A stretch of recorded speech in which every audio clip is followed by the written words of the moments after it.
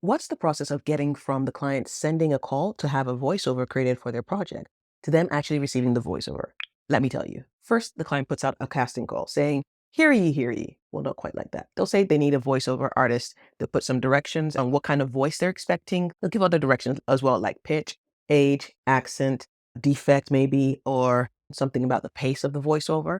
And then they'll put a call out and say, anybody who can provide this voiceover, come and audition. On the voiceover artist side, they see the casting call and then they decide to audition. That could be you. So then you see the requirements given by the client, then you go to your audio booth, record the voiceover, then go to your digital audio workstation and do some editing and make it sound nice and crisp. Then send it off to the client.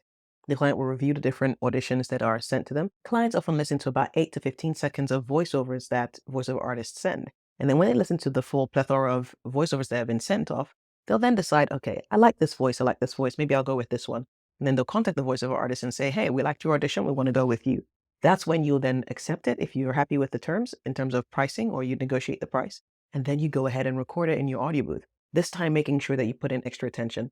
When you're submitting a voiceover for an audition, you're only going to send an MP3 file, whereas the final voiceover that you're going to send to the client, you're going to send a WAV file because that's a higher quality file. Once you've recorded the voiceover, you bring it into your digital audio workstation or your audio editing software. There are many, like Audacity, which is free, or Adobe Audition, a few others like that. Then do your edits and your mastering, check the file again and make sure that you've gotten all the words correctly and you've given the delivery that they're expecting and you've removed any mouth clicks or excessive breaths if there are. And then you're going to export it as a WAV file and send it off to the client. When you're sending files off to the client, oftentimes you'll use a file sharing service like Dropbox, WeTransfer, or maybe even Google Drive.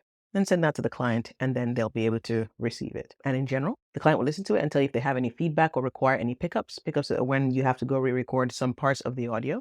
And then once you have that all recorded, you can send it back to the client. When they're happy, they approve the projects and then you get paid. That's the basic process. For more tips on becoming a voiceover artist, go ahead and subscribe to this channel and check out some other videos that are going to appear on this side of the screen.